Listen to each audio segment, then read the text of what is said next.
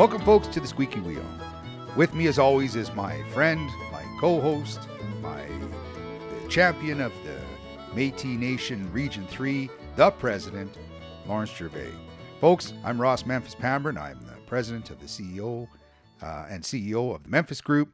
I like long walks and hand-holding, and every week I get the opportunity to have a nice conversation with my friend Lawrence from a Métis perspective. And I am the captain as a result of the fact that I am a professional fire officer, and I always like sharing the conversation about that we need to do everything on our part right now during this difficult time of the pandemic. But Lawrence, enough about me. Tell me about yourself. Well, 5'9.5". You always got to add the half. Still not shrinking. Quarter, I think, last time I saw you. Yeah. But I am, I've been hitting the treadmill, so hopefully I lose some inches on the waistline. I had a gym membership, but then because this all thing happened, and I gained a little bit of weight. So now it's time to be real and honest with myself, and went out and afforded a treadmill, and now I'm hitting it. So see how it goes. What if you were to just stay that weight, but actually gain some height? Oh, that would be nice. Yeah. But, I actually Maybe, don't mind I don't know my if that'd height. be easier. I think, I'm right at that middle level, I think you're too high. People are scared of you because they'll think you're going to step on them. Or if you're too low. You're always bumping into doorways. Yeah. I mean, if you're too low to the ground, well then, how do you dominate somebody or be domineering or get out of my way, right? So somehow we've probably offended a few people out there, and we apologize for the fact that right now you and I are having a conversation about what would be in and about an inch. So folks, if there's anybody out there that took offense to that, rest assured we weren't really prepared to have that conversation, but please don't be offended. Well, the only tall person I know is probably Alan Chamberlain, and he has a right. And he was our last guest. Yeah. Absolutely. And I've had pictures taken with him where when they take the picture and they crop the head of me, it's at Alan's shoulders. So unfortunately, he ends up being cut out of it. So it looks like, him in his great uniform and me in my great uniform, but I have to resize the picture in order to make sure that he gets in on it.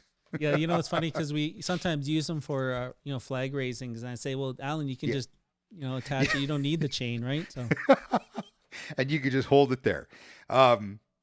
So, folks, on the Squeaky Wheel, Lawrence and I bring you a coffee connection. That's usually happens somewhat regional, but we've been expanding a little bit because I know we've had a conversation about coffee outside of even Alberta now in BC.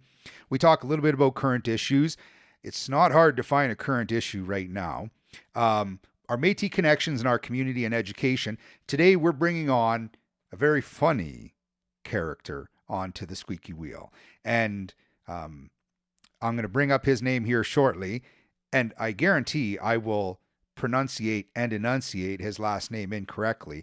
But with us today is going to be Johnny Pogo, and he is a Métis comedian. So I'm really excited about that conversation.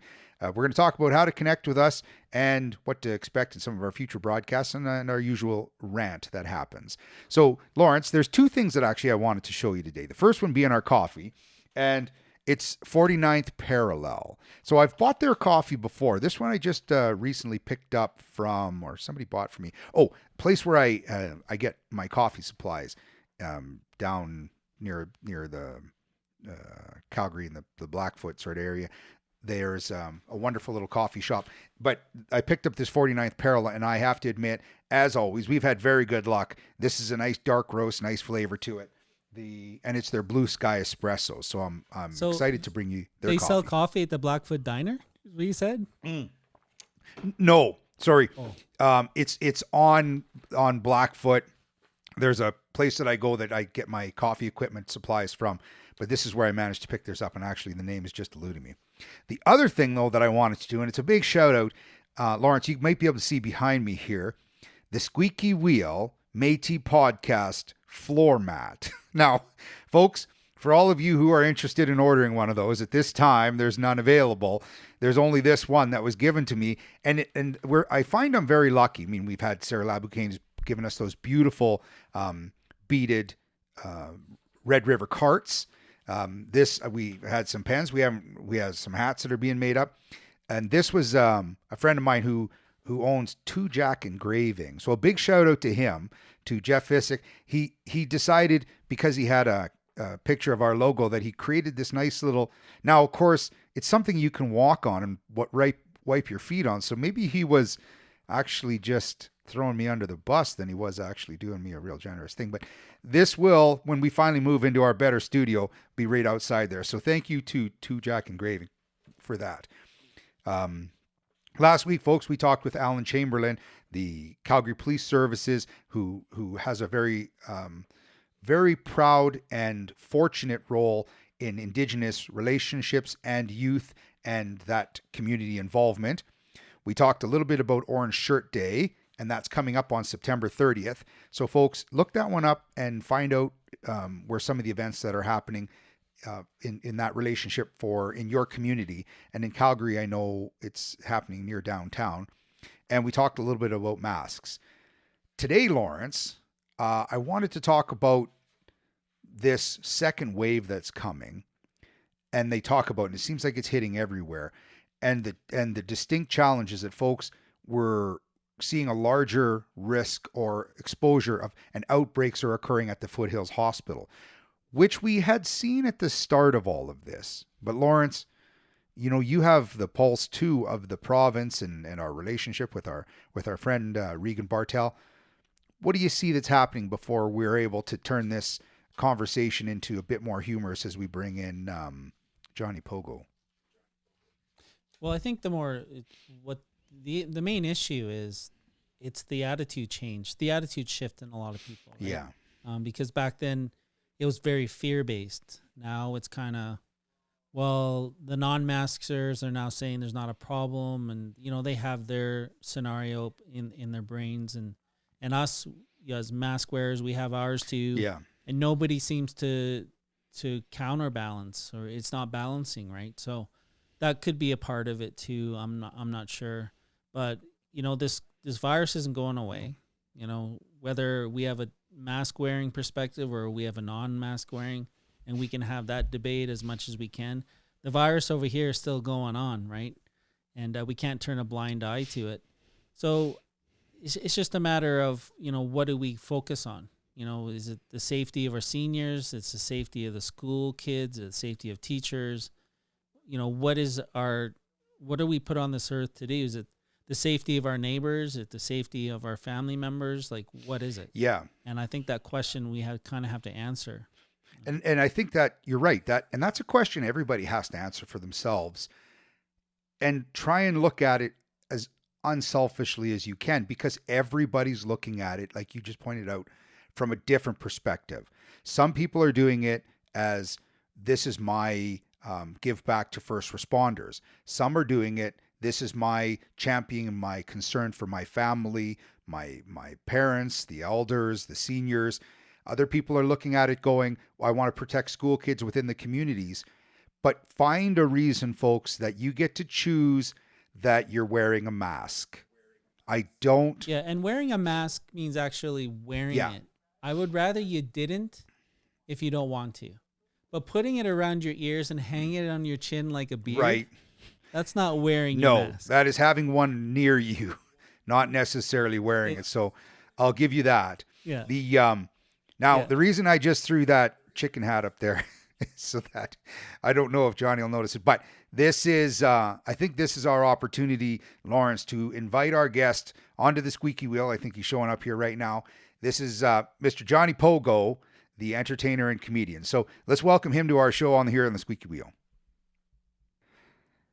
And folks, this is our opportunity to welcome our guests as I've been bringing forward.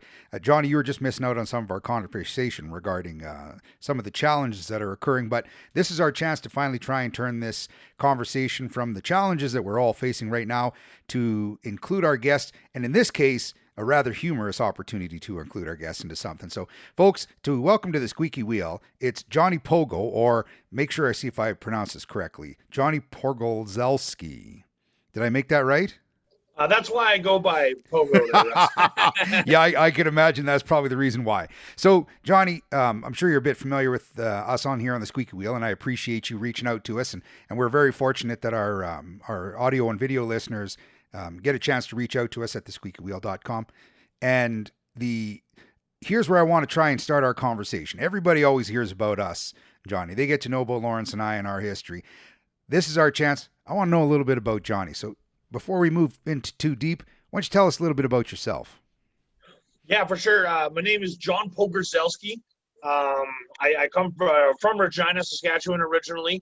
I'm Métis, and I'm also German on my dad's side. That's where the Pogorzelski name comes in.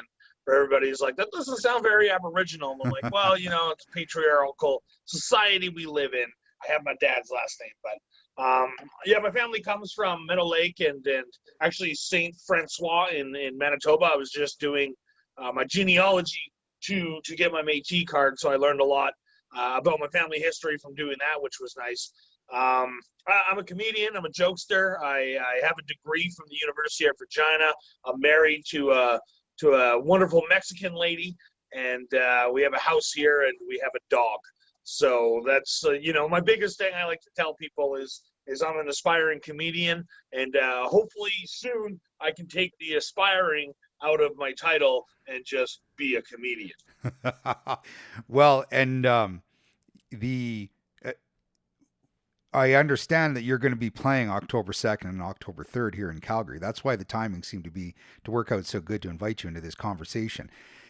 One thing I like to start with is, and obviously it's fairly clearly identifiable with you, A, because you brought it up and because you got that beautiful sash hanging around you, is where did that desire to not necessarily start comedy, but the Métis aspect of your comedy, and from what I understand and what I've read, there's a bit of humility that you bring into your comedy. But what started your journey or your relationship with the Métis culture? And the reason I bring that up is because a lot of the guests that Lawrence and I meet, for them growing up, it's getting easier to start sharing the Métis conversation. But for the elders, the seniors that came before us, it was not something that was ever talked about. So where did that journey begin for you? And then we're going to get back to showcasing you a little bit about October 2nd and October 3rd and the excitement coming up when you bring your show to Yuck Yuck. So let's talk a little bit about that journey. Yeah, for sure. I mean, it all started with my mom, right? Like she's obviously the reason I am AT, the reason I'm here today. And she, like before I was born, she grew up in Meadow Lake, where she went to schools where Machif was frowned upon. Like she spoke Machif growing up, and the nurses there. Sorry, I got a call coming in. I'm just going to mute that. The nurses there would hit my mom and tell her not to speak that language. She needs to speak English. She needs to learn the proper way to grow up. And she had a lot of hardships in her youth, other things that I'm not going to get into, but just a hard time growing up. Her and 6 of her sisters all found their way to Regina in life, and most of them had kids when they were young, 15, 16 years old, that had kind of fallen through the system, where my mom didn't. She waited till she was 30, which was, I guess, a good thing. You know, she's hating that now because she's the only one of her 6 sisters that isn't a grandmother. Yeah, she's just bugging me like, where is my grandkid? Yeah. And I was like, well, if you would have had me earlier in life, probably would already been here. But and just seeing everything I guess not seeing, hearing everything that my mom went through and who she is today. It's just, I'm really proud of that fact. I'm proud that my mom had to fight for her whole life and came out of poverty. Like they didn't have a lot of money growing up. They lived in a 2-bedroom house with 7 girls, right? Like it was always a struggle for her, it seemed, and she always had this upbeat personality. I remember she would take me and my brother to Schmitty's, or Smitty's, not Schmitty's. We call it Schmitty's. So we'd always go to Schmitty's, and she'd be sitting there with me and my brother, and she wouldn't want to smoke in front of us, so she would go smoke at another booth. And then every time, it was like clockwork, you knew it was going to happen, she would just strike up a conversation with a random table next to her and start laughing and joking around. And I'd always see my mom have just such a positive outlook on life, and she's always so happy. When in reality, like, it's not like she was given a lot to be happy about. She was just happy with what she has. And still to this day, like, she divorced my dad, and she lives in an apartment with her sister. Well, my dad lives in his house with his wife that's all paid off and everything. Some could be bitter about that. My mom just takes the cards as they are, and is happy that she has me and my brother in her life, and that she's raised two good kids, and I guess that's what kind of developed my comedy, was just the positives and the joyousness of life, is where I took that from. Where my humility comes from, it's tough to go on stage in front of a bunch of people with a pale complexion and talk about being Aboriginal, because one of the stereotypes I always get in my life is like, oh, like, you're not really Aboriginal, like your dad's German, you're not Aboriginal at all, even though my dad was from Germany. Well, my dad's from Edmonton, frankly. I grew up around all my cousins and all my Métis family. Like, I lived in my family. I don't know, when somebody tells you you're something that you're not, when you've just lived that your whole life, it confuses your identity as a kid growing up, right? And what does it mean to be Aboriginal? What does it mean to be Métis?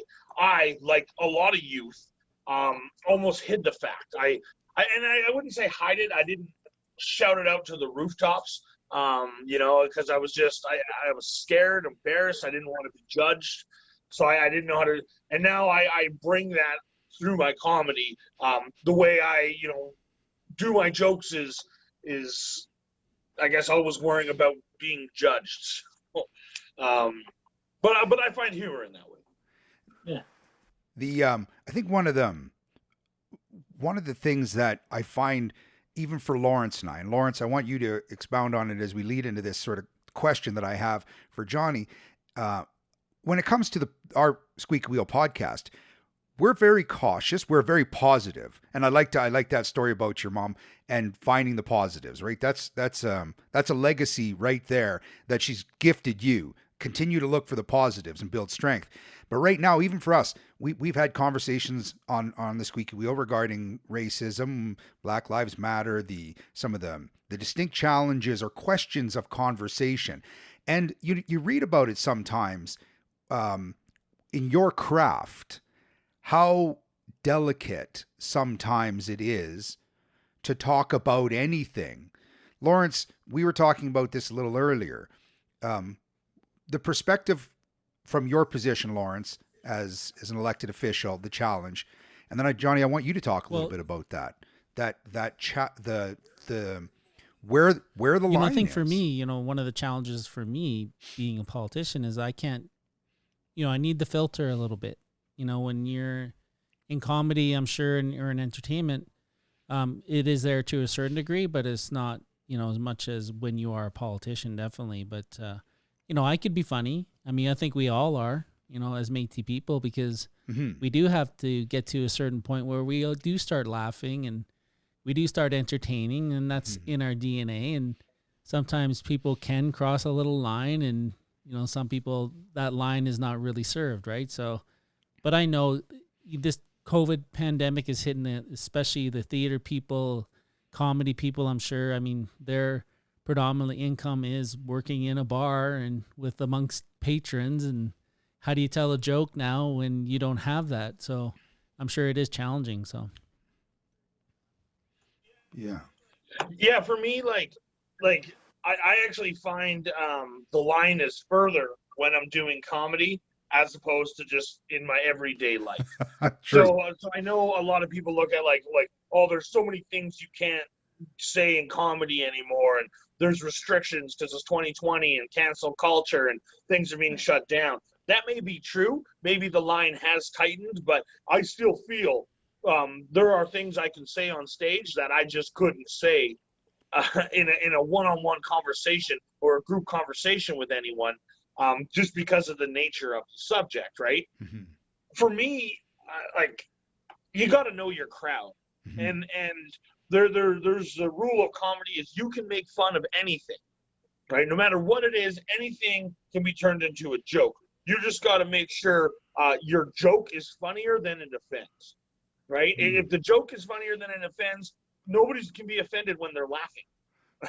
You know what I True. mean? So as long as you can take whatever subject you want, and then you can twist it around. If you can make a good joke out of that one that's tasteful, even if it offends a little bit, if it's funny, you can go with it. So for me, I have very clean comedy. I have a joke about baloney where I'm like, some might say my mom was feeding me phony baloney. That's the punchline. Super, super punny joke about phony baloney and this fake baloney that I was eating, right? It's clean. I can say it for all the corporations all the time. I don't worry about that joke. But then I have another joke which I'm not going to say because I don't know where we're at right now and who's listening. Yeah. But it's essentially about Las Vegas hockey night, their hockey team, and then the unfortunate incident that happened in Vegas, I believe 2014, with the guy at the hotel. And you can put the pieces together how I say that out, but it is a sensitive subject that I breach. And because of the way I bring the joke around, most of the times when I say it, I'd say people are genuinely happy hearing that. And they think it's funny, but there's been a few times where I said it where I did offend, where people in the crowd were like, oh my God, I can't believe he just said that. And it's because I wasn't confident in the joke at the time, probably. So the funniness of the joke was not higher than what it could have. The offensiveness was higher than the funny, hence people getting upset by that. As I've grown as a comedian, I've kind of learned what kind of crowds are going to like what, right? And I have jokes that kind of like are a little on the heavier side, heavier being like harder hitting material, but not quite the level of that Vegas one. So if they don't like the joke about Saudi Arabia, if they don't like the joke about, Kurt Cobain and Starbucks, and if they don't like the joke about, Japan and the Japan joke I have, they're definitely not going to like the Vegas joke. So it's learning what is acceptable. It's learning where that line is as a comic. You need to know where that line is. It may be invisible and it may move from show to show, but it's always good to know where that line is because you want to come across as funny and not offensive. And that's my opinion on that matter anyways. I know a lot of comics disagree with me and then say what I have is what I have and the line should always be set where I'm setting it. But I'm more of a play to your crowd type of comic. And if you're coming to my show, I want you to have a good time based off what you're at. And I will cater my humor to the crowd Yeah, that and is there if watching. you make too many baloney jokes, if you make too many baloney jokes, Oscar Mayer, and then we'll have litigation against you, and it'll be a whole thing, right? So, yeah, you got to be careful. I hope that comes out. That would give you such free publicity. If Oscar Mayer was suing a comedian because of a baloney joke, that would be great. That would be great. Well, this is, I laugh at Lawrence quite frequently, but this is the most I've laughed on the Squeaky Wheel. So you're already doing a fantastic job. And I think, like how you were teaching us how you find that line is very interesting. When a songwriter and a singer, all I got to do is stand up there and sing a song in front of people. You've got to measure the crowd. But I guess that being said, I'll pick songs based on, and I'll change the song depending on who the crowd is and what they're after. So I guess I can appreciate that side of the craft. You just put it in a much funnier way. Well, us comics, we whenever musicians are, whenever musicians are like, oh yeah, I know how the stage is. It's like the stage is different for comics and musicians. Yeah. Because you can play the same song every time you're on stage, and the people watching you will love it. Yeah. And then you can even play someone else's song, and the people will be like, hey, I know that song. Oh, that's awesome. That's great. I can't tell the same jokes on the stage every single time you see me. It gets boring after a while hearing baloney jokes. And alternatively, I cannot just like take some like Russell Peters bit and somebody gonna get hurt real bad and have the whole crowd going, oh yeah, I love that bit. Right. It's so great. That's interesting. I guess you could use more spam jokes, but then you might still be stepping on somebody's toes over there. Métis jokes, like maybe some have a funny accent in some places. Like I have a bit of one raised in northern BC, but making fun of who we are too a little bit. Why not? Yeah, no, you're I got a few Métis jokes that I've written and bust out on stage. You guys, they're pretty good ones. You guys want to hear them? I'd like to hear one for sure. The first one I was throwing there is like, people always think I'm a pirate when I tell them I'm Métis. and the one I like that I wrote is growing up was tough being Métis because my friends would play Cowboys and Indians, and I never knew what side to be on. So a lot of the time I'd just end up playing with myself.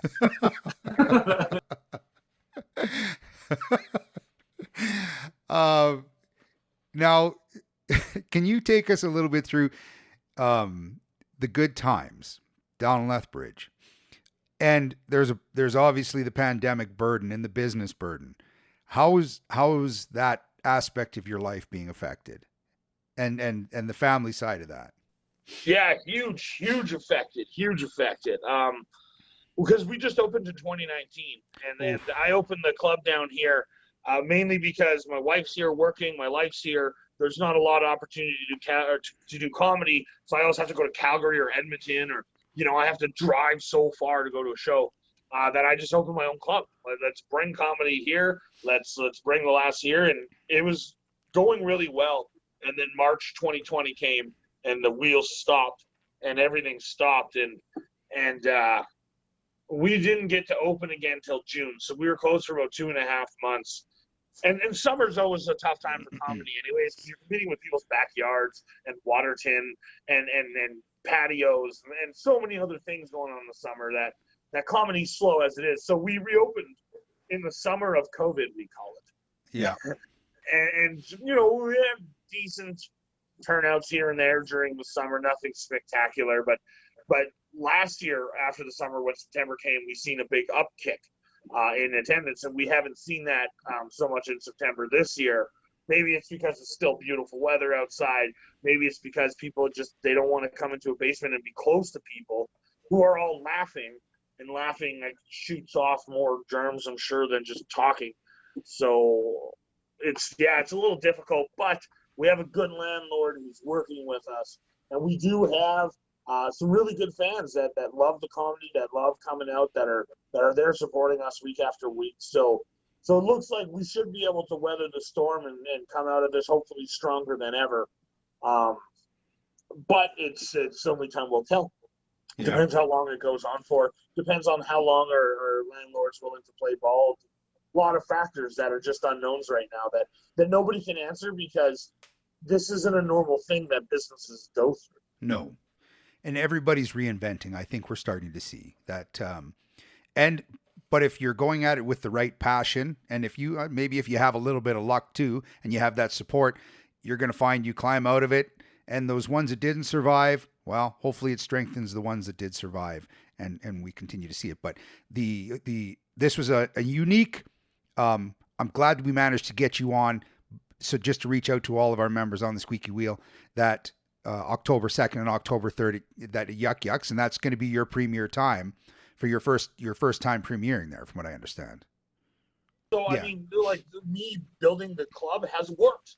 I've become a really good comic, I guess, because Yuck Yucks has now said they're willing to bring me on, which is great. I'm doing a middle set, so I'm not the headliner. I'm just the guy in the middle, but you got to start somewhere. The headliner is a super funny guy, Brett Forte. But yeah, they're bringing me down for the weekend, so I'm get the feature act there, and I get 25 minutes on the stage to tell all my jokes to people in Calgary that have never heard my jokes before. I can't wait, because everybody in Lethbridge has seen me. Well, not everybody, but the people that come on the regular have seen me 5, 6, 7 times, right? So I'm always trying to write new jokes. I got Disney stuff out now, but I have my good core of material that I'm looking forward to presenting to the Yuck Yucks Club, and then going. I got 3 shows, and hopefully I can really make a name for myself up there and start getting more gigs through Yuck Yucks and basically through other comedy chains throughout Or Canada. you could is keep Lethbridge as the comedy capital of Canada, and they can change the name to Laugh Bridge. You know, we can all go there, go to Laugh Bridge. And sorry, that's a bad joke. No, I actually thought that was fun. Lawrence, your joke was better than me just putting on this chicken hat. But Johnny, if this chicken hat would help you at all for Yuck Yucks, you just say the word. No, you're gonna be his opener one day. You know. Okay, well, so a big shout out to Yuck Yucks for bringing on our Métis Johnny Pogo, folks. Along with looking us up on the Squeaky Wheel, JohnnyPogo.com, GoodTimesYQL.com, and the PogoBrothers.com. Pogo Bros. Pogo Bros. Yeah, sorry, PogoBros.com. So highly recommend it. Lawrence, maybe you could thank our guest on the way out here. Yeah. Well, what I did notice about the Pogo Bros was the hot wing eating challenge that they did put on Facebook, and I actually did sit and watch that. And Roy, his brother, does these incredible versions of he recites what's that book called, John? Oh, 50 Shades of Grey. His 50 Shades of Grey reading series that he was putting on there. We certainly missed that when the COVID happened, and he would read off the book, some brief chapters, and be pretty crazy stuff written in that book coming from Roy, but.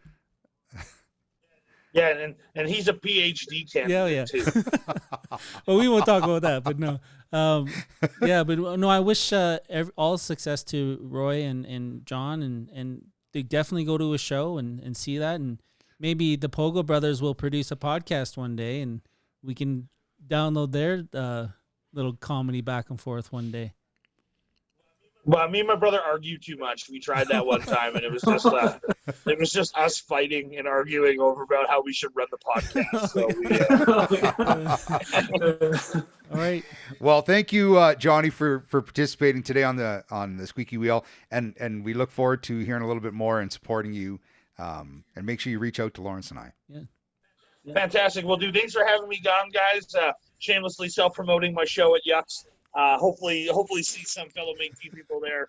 I'd love to connect with you guys. All right. Absolutely. You please do.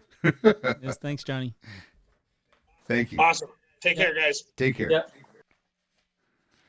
Lawrence, I can't think of a more delightful character than Johnny Pogo. His humility, his respect, and how he grabs his history and what's happening, currently, and ties that into his comedy. And he's not doing it in an offensive way, but educating me a little as an entertainer myself, how their world works.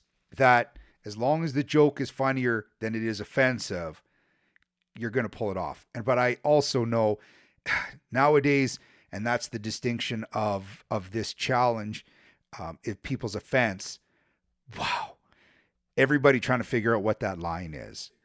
Yeah. Let's talk a little bit about Johnny and some of the stuff you know.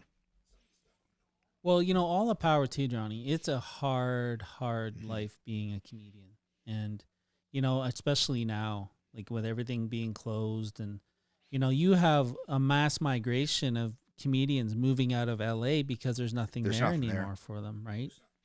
And so Joe Rogan has moved to Texas, and everybody's just implanting themselves elsewhere, and it's a little tough on that community for sure, because they need those venues to make money.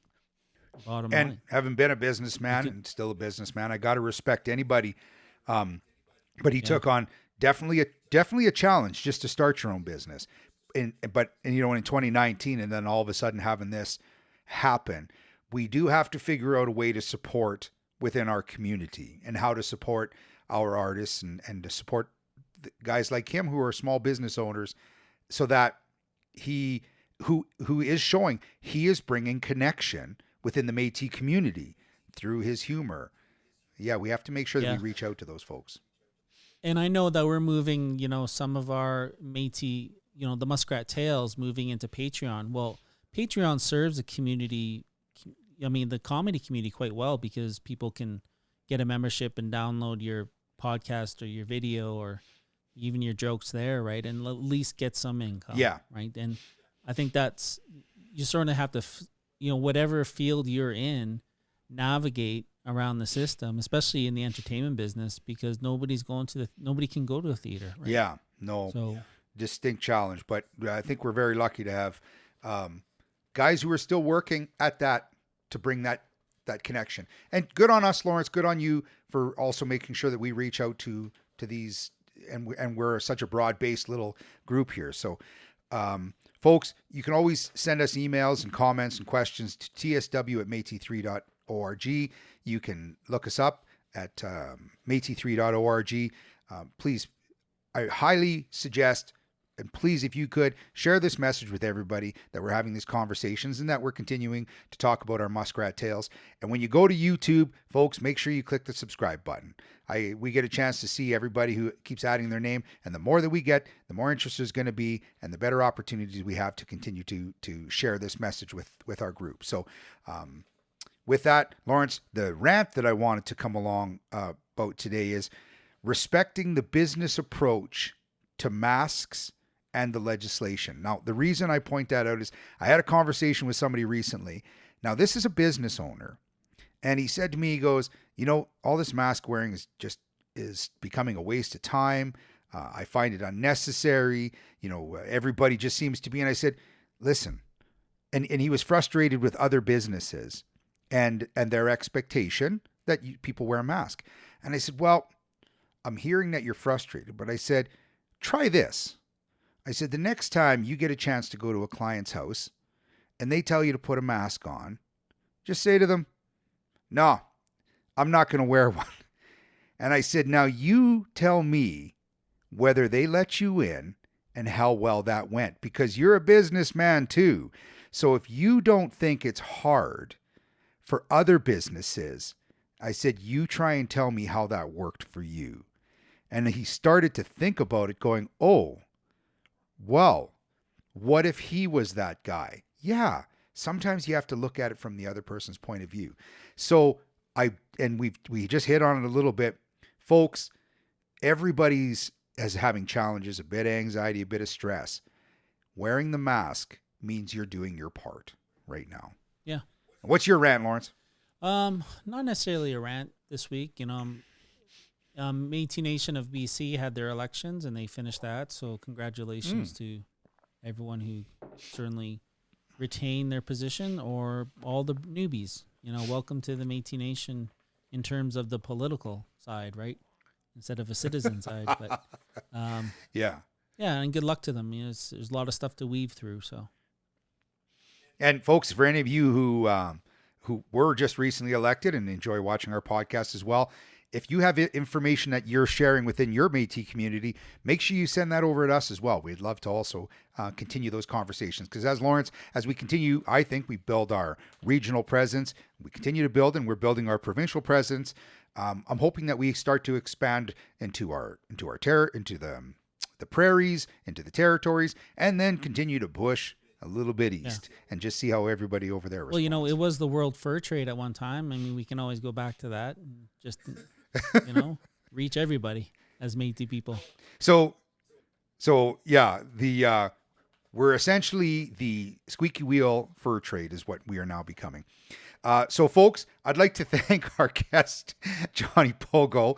I'd like to thank the 49th Parallel for their wonderful Blue Sky Espresso. I'd like to thank you for the traditional lands, the treaty lands that we get to share our Alberta experience on, and our relationship with Mother Earth and our nation. Thank you to the Métis settlements. Thank you to our seniors and elders, all of our people who are listening. Thank you as always to my guest, that we had, Johnny Pogo, to my co-host and my friend, the President Lawrence Gervais, and signing off from Radioland. This is Ross, the Captain, Memphis Pambrin, and Lawrence, close us out. Well, I just want to thank everybody for another week. Stay safe. This is what we're put on this land to do, is keep our friendly neighbors as best we can. Yeah. But no, good luck to everybody. Work hard and be prepared for the winter. I know winter is coming. I know Game of Thrones is over, but we're still live through that every year. So winter is coming. And watch those reruns of Game of Thrones if you want. Maybe you forgot about it. Maybe we all forget about who won the battles. But no, I want to thank everybody, and we'll see you soon.